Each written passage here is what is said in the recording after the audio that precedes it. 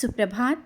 बाबा कहते हैं, मेरे प्यारे बच्चे, मैं देख रहा हूँ अपने कुछ ज़रूरी कामों को कल पर टाल रहे हो, या अपने और भी कुछ काम है जो दूसरे के भरोसे छोड़कर बैठ गए हो। बच्चे, कोई भी कार्य हो समय पर अवश्य कर लो। ऐसा ना हो कि जिस काम को कल पर छोड़ा है ना, उस कार्य से तुम पीछे रह जाओ, क्योंकि कर्म करना बहुत ज़रूरी है। और अपने काम स्वयं करो, किसी पर भरोसा इतना भी मत करो कि बाद में पछताना पड़े। समझ रहे हो ना मैं क्या कहना चाहता हूँ? जीवन में तुम्हें सफलता पाना है ना, तो अपने कार्य स्वयं करो और समय पर करो। ऐसा ना हो कि बाद में तुम्हें यही सब सोच करके पछताना पड़े कि काश हम समय पर कार्य कर लिए होते।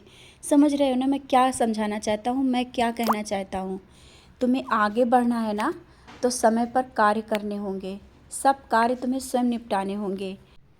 और हाँ, कुछ बच्चे तो ये सोचकर परेशान हैं कि तुम्हारे परिवार पे और तुम पर किसी ने कुछ जादू टोना किया। यही सोच रहे हो ना?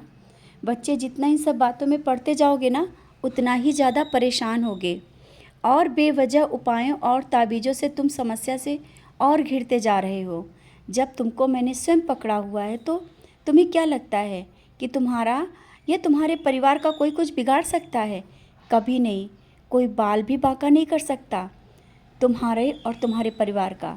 तुम्हारे पास ऊदी है, तो उसे विश्वास के साथ माथे पर लगाओ। यही तुम्हारा रक्षा कवच है। क्यों ऊदी से तुम्हारा विश्वास डगमगाने लगता है? और जितना हो सके ना, बेवजह के लोगों और उपायों से दूर रहो। और मैं उपायों से नहीं, तुम्हारी भक्ति और विश्वास को स्वीकार करता हूँ। मैं तुम्हारा पिता हूँ।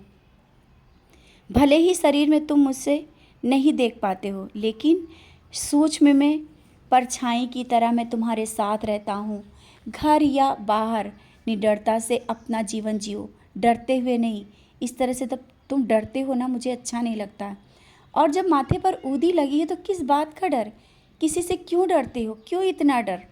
जितना तुम उपाय और बहुत कुछ जानने की कोशिश कर रहे हो ना, उसी समय को उपयोग करो मेरे नाम स्मरण में। और जितना तुम मेरे पास आना चाहते हो ना, तो सचरित पढ़ो। सचरित पढ़ते हुए तुम्हें बहुत जल्दी कुछ अनुभव भी होने वाले हैं, और हुए भी हैं।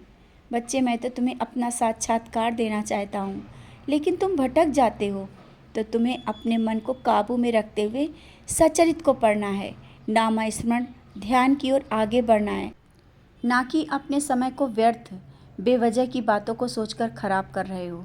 शिरडी आने क्यों कह रहे हो ना? हाँ, बुलाऊंगा, परेशान मत हो, रो नहीं, जल्दी ही। लेकिन हाँ, कुछ काम ऐसा है जिसके पूरा होते ही बुला लूँगा। अभी कुछ ज़रूरी काम अधूरे हैं, उन्हें पूरे करने हैं, और तुम खुशी खुशी शिरडी आओगे। मैं तुम्हें बुलाऊंगा शिरडी, तुम जल्दी ही शिरडी आओगे। बस खुश रहो, उपायों से दूर रहो, ऊदी को माथे पर लगाओ और सचरित पढ़ो। मैं तुम्हें साक्षात्कार भी दूंगा जल्दी ही।